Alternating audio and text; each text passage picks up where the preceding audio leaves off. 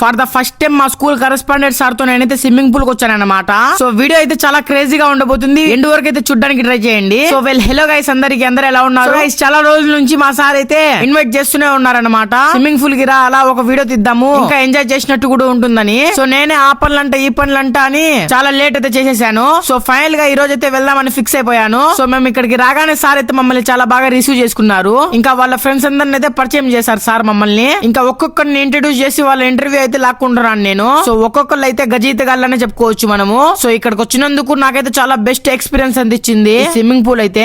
ఇక్కడికి వచ్చిన నేనైతే వీళ్ళకి ఒక ఛాలెంజ్ అయితే ఇచ్చాను. ఇక్కడ కనిపిస్తున్న ఈ ఎండ్ నుంచి మరొక ఎండ్ వరకు ఎవరైతే ఫస్ట్ వస్తారో అని ఛాలెంజ్ అయితే ఇచ్చాను అనమాట. సో వీళ్ళందరికన్నా ఒక చిన్న బాబు అయితే ఫస్ట్ వచ్చాడు. సో నిజంగానే ఇక్కడ కనిపిస్తున్న ఈ బాబుకి అయితే చాలా టాలెంట్ అయితే ఉంది. మా కరెస్పాండెంట్ సార్ అయితే డైలీ రొటీన్ అనమాట. మార్నింగ్ 5 AM కి వచ్చేసి 8 అయితే ఇంటికి వెళ్తారు.